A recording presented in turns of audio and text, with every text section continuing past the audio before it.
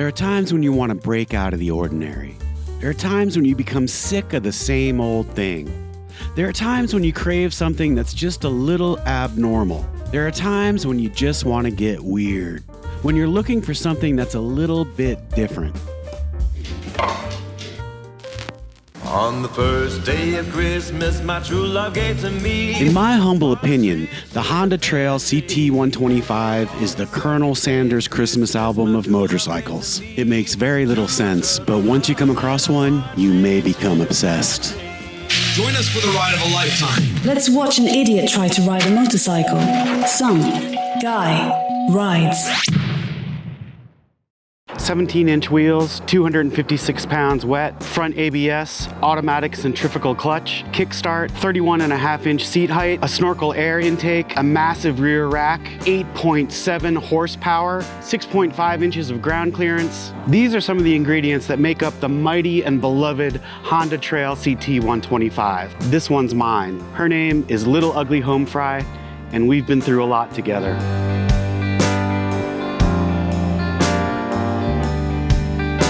The amount of hype this bike stirred up before it came out was unprecedented. Once it was released, the demand for it was out of control. You couldn't find one anywhere. There was a ton of excitement about this thing, and why? What is it about this bike that captured our imaginations so thoroughly? It's got this homely retro charm that pays homage to its legendary ancestors, the CT110 and the Trail 70, among other classic Hondas of the past. But it's been updated with modern features like electric start, fuel injection, a digital speedometer, and ABS. You can tell how tough it is just by looking at it. It's got ridiculous adventure written all over it. Let's talk about why I bought this bike in the first place. Nostalgia is a big piece of this bike's allure. I had an ugly green Honda Trail 70 when I was a little kid, and the amount of fun and freedom that little bike gave me is incalculable. It entrenched a love of motorcycles in me that has yet to go away. But when my wife and I had our first daughter, I decided I should probably try to increase my chances of staying alive to help support my family. I sold all my bikes and got kind of responsible there for about 20 years or so.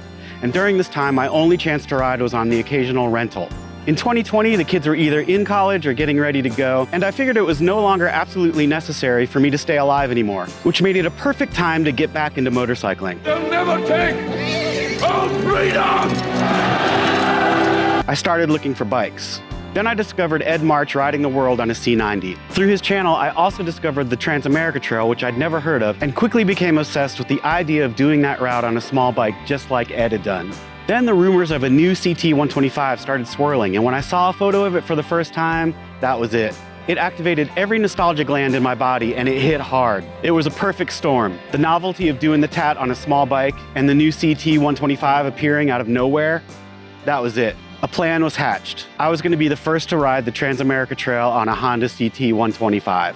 Those first pictures that were circulated revealed a ridiculous-looking bike with no power, and you just knew it was going to be fun as hell to ride. And it was, and it is, with some minor caveats. There are definitely folks out there who've done more miles on their CT125s than I have. What I have to offer is the experience of riding this bike in ways it was not intended to be ridden. I did over 5,000 miles of dirt and back roads on the TAT, and I did about 2,500 miles on the Mid-Atlantic and Northeast BDRs.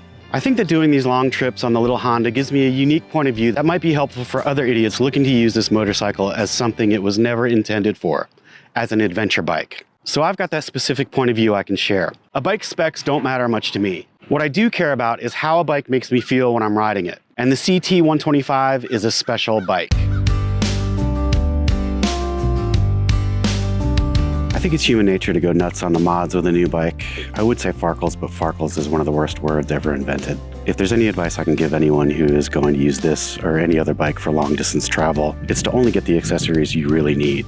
I installed everything with plenty of Loctite, and still, most of it started to rattle apart after thousands of miles of rough road. It's always been the stuff that I added that caused me problems. Did I really need a front headlight cover? Probably not. Did I need the taillight cover? No. It's useless other than looking cool, and it's rattled apart many times. Did I need the front rack?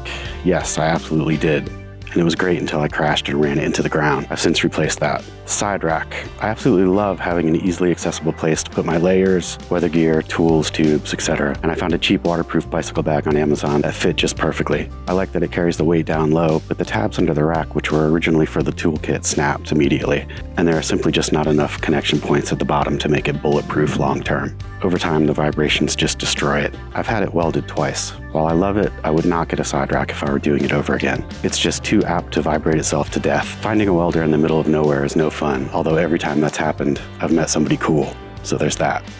And then recently I added some passenger pegs and a seat for an upcoming trip with my wife. The mods I've done that were truly useful are the crash bars, which are incredible handy when you take a lot of spills like I do. The front fender risers are nice for keeping the mud out. I'd also recommend the front rack, where I mounted a small hard case for the tap, and that's where I stored my fuel on the Northeast BDRs. Of course, the USB port is essential, and it's nice to have a cheap milk crate for around town. You don't really need any of that, but those are the accessories that I've gotten some use out of. I've had very few complaints about the bike itself. There's not much to dislike about this bike, but here's a couple. The hand controls are fine, although I've had to replace the blinker switch assembly twice. Once you get mud and grit packed down into it, it starts to stick.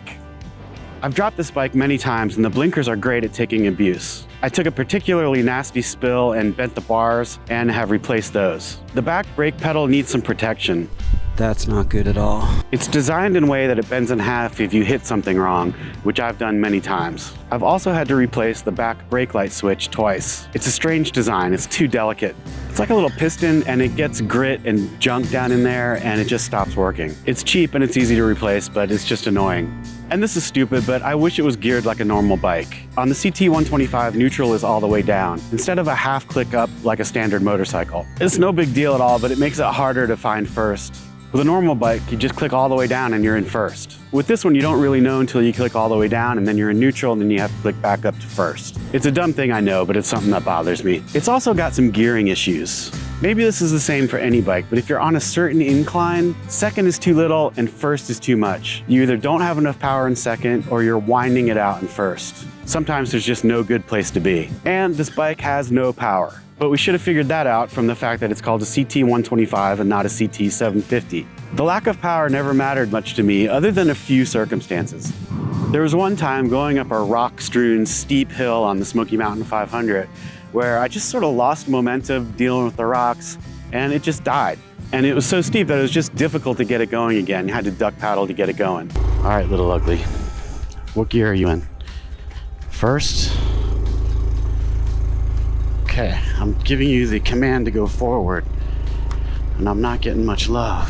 Then on Engineer Pass, there was lots of duck walking, and I had to get a push start a couple of times. Barely making it, man. Just barely. Oh shit.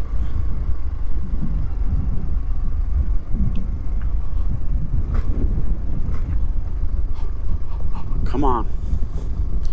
Come on. She's done.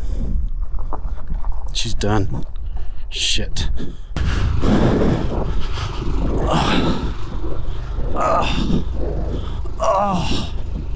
That's the last one to... Oh, I can't make it. She stopped. She has stopped. Oh, fucking bitch. Oh, not you, Little Ugly. You get no power until halfway through first, if that makes any sense. If there's a 0 to 10 scale of first gear, from 0 to 5, you have 0 power. 0. Once you get up to, I don't know, 7 miles an hour or something like that, you know, a little momentum, and you get from 5 to 10, then you're okay. You've got some power and you can keep doing it. But if you dip below that 5 mark, which we did several times on that, just too steep. There's only so much momentum you can keep going. And of course, the biggest fail is when we couldn't make it up California Pass. CT125 having some issues, and we had to push them, which was really fun. If the incline is steep enough and you can't keep up your momentum, it's just going to give up the ghost. But this only happens in very extreme circumstances. I never had the chance to ride those old Hondas with the ability to switch to a low gearing, but that would have been a nice feature to keep. I'm talking to you, Honda. Gravity is a major consideration with this bike. If you're headed downhill, you can happily employ the Honda Trail Gravity Booster. When you're headed uphill, just get ready to slow down. Way down. But my biggest issue with the lack of power is when you're on a 55 or higher mile-an-hour road. Believe it or not, on roads like that, I'd rather be on a multi-lane highway. At least people can pass you without too much trouble. But riding this bike on a 2-lane road with a high speed limit is awful. You either have a line of annoyed people behind you, or you have to pull over, which can be dangerous and time-consuming. Those situations are stressful and they're just not fun at all. Of course, I try to stay off roads like that altogether on long trips, but sometimes it's unavoidable. And that's one of the few situations where sometimes I wish I was on another bike. Now let's talk for just a minute about the only thing that really and truly sucks about this otherwise fairly perfect bike. There's the Iron Maiden, there's the rack, and then there's the CT125 seat. It's almost like Honda finished the bike and they were like, it's too perfect. Let's make the seat horrible beyond measure. And they did. It's the most terrible seat my ass has ever had the misfortune of encountering. And when you're on the bike for 10 or 12 hours a day for many days in a row, your ass is gonna change on a molecular level on this bike. For the Smoky Mountain 500 and the Transamerica Trail, I ran it completely stock, including the tires, and it performed great. About halfway through the TAT, I switched the stock tires out for Shinko 244s, which I highly recommend. I have a 2.5 on the front and a 2.75 on the back. I know people have successfully put a 3-inch on the back as well. The stock tires were just fine, but if you're doing lots of dirt, the Shinkos are a game changer. Other than the few things I've mentioned, I've had absolutely zero issues with the motorcycle itself, and I haven't treated it nicely at all. When I changed the oil in Oklahoma, it was beyond disgusting. The bike didn't care. I found ways to completely grind the gears, even with an automatic clutch. The bike didn't care. I've had countless unplanned dismounts. The bike didn't care. I used the stock chain forever, but I finally switched to a high-quality X-ring chain, which I also highly recommend. They don't stretch as much as the cheap chains, and anything that reduces the time you have to spend doing maintenance on the bike out on the road is a good thing. Several months ago, I changed the front sprocket from the stock 14 tooth to the 13. Supposedly that helps with the climbs. I noticed absolutely no difference. That doesn't mean there isn't a difference, it just means that I'm not in tune enough to notice it. The rear rack is a great feature. It's huge, and I was able to fit everything I needed for a 25-day trip on it with no problem. It has a listed weight limit of 45 pounds, but I rode across the country with 50, maybe closer to 60. Of course, adding that kind of extra weight to this little moped is not the best idea. It gets top-heavy easily, and it can get squirrely in the rough stuff when you're loaded down. It's much more fun riding it naked than it is loaded down. I'm talking about the bike being naked, not the rider. Although, the engine is a beast. I crossed all of Oklahoma on pavement and pretty much had it completely wound out for 10 hours a day for 3 days straight. Oklahoma, you are relentless. It didn't flinch. I really believe you could pin this bike and ride it forever if you wanted to. It's a Honda and it acts like one. It just works. I love the fuel injection, or maybe it's just that I love not having a carburetor. The ABS has come in handy for me on many occasions. The brakes are decent, it handles well on the pavement, and it's amazing on the trails. The geometry is good for me, but I can see how it might not be great if you're taller than I am at 5'8". When I first got this bike, I described it as riding a toilet on wheels. I stand by that, but I've come to thoroughly enjoy riding a toilet on wheels. I feel completely comfortable standing on the pegs. Again, that's probably different if you're tall. I love that it has a kickstart. I love the center stand. I love that the snorkel air intake is way up by the rack, so you can pretty much swim with the thing. The centrifugal clutch was hard to get used to at first, but now I love it. And over time I learned that you can hit neutral by nudging the shifter halfway between any gear, which comes in handy because you can use it as sort of a clutch. The gas mileage is incredible. There have been several times when I've gotten 150 miles out of the 1.4 gallon tank, which is nuts. It's the dorkiest and coolest little bike there is. It just makes me smile. It's also a conversation starter. Men of a certain age will appear out of thin air when you pull up at a gas station, especially if you're in the middle of nowhere, Idaho, with North Carolina plates. Did you ride that thing from North Carolina? Yes, sir. Yes, I did. And then you watch them lean back and smile and shake their head, and you know what they're thinking. They're thinking, that's the most idiotic and greatest idea of all time, and I want to do that too. The bike is light. It's pretty easy to stay out of trouble, and if you get into trouble, it's fairly easy to get out. But it's still 250 pounds plus however many pounds of luggage if you're on a big trip. And that's not nothing. As light as it is, there still will be times when you struggle to pick it up. It's unkillable. I've done my level best to destroy this bike, and it just keeps going. Little Ugly Homefry here, she's up for anything, and she's unstoppable. The Honda Trail CT125 is great for zipping around town, running errands, and parking anywhere. It would be great if you owned a bunch of land you have to deal with, a farm or a ranch. It's amazing for getting out on the forest roads and the trails, especially if you don't mind trailering it to wherever you want to ride. It's definitely not designed to be a long-distance adventure bike. It's not comfortable. You can't get on the highway without fear of a horrible death, but being forced to avoid the fast roads when you can and spending most of your time on the backcountry lanes or the forest roads, that's a definite plus. It's incredible on the trails, especially without luggage. The most fun I've had on this bike is on day rides when I don't have any luggage. You can whip it around, you can get out of just about any sort of trouble, and it's easy to ride, and it's surprisingly capable. Is it an adventure bike? Well, if you use it as an adventure bike, then it's an adventure bike. Other than the seat problem, it's extremely fun to ride long distances. And I have to admit, there's a very real, strange sense of accomplishment and achievement that you get when you ride it thousands of miles and make it to your destination. Riding a tiny 125cc motorcycle for 5,000 miles on the Tat, that might sound awful to you, and that's understandable. But if that sounds awesome to you, that's also understandable. This bike forces you to slow down, it forces you to stop and smell the roses and the cow shit, and there's something to be said for that. It's just a different experience, and in my opinion, it's an experience worth having. What I love most about this bike is being able to use it in ways it was not intended to be used. Taking it on a long trip for thousands of miles is like hammering a nail with a feather duster. I guess you can do it eventually, but it's going to take a long time, it's not efficient, and it's kind of a stupid way of going about things. There's just something about enduring doing something that ridiculous that is extremely gratifying in some way.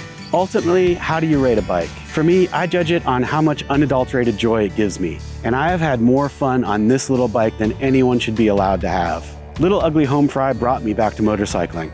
She's brought me to some amazing places, and I can't imagine ever wanting to get rid of her. The Honda Trail CT125 is a very special, very weird little bike, and I love it. Hey, please like this video if you liked this video, and if you'd like to see more, hit that subscribe button and the alert bell. Also, if you're interested, there are links to gear lists and goofy t-shirts in the description. Thanks a ton for watching.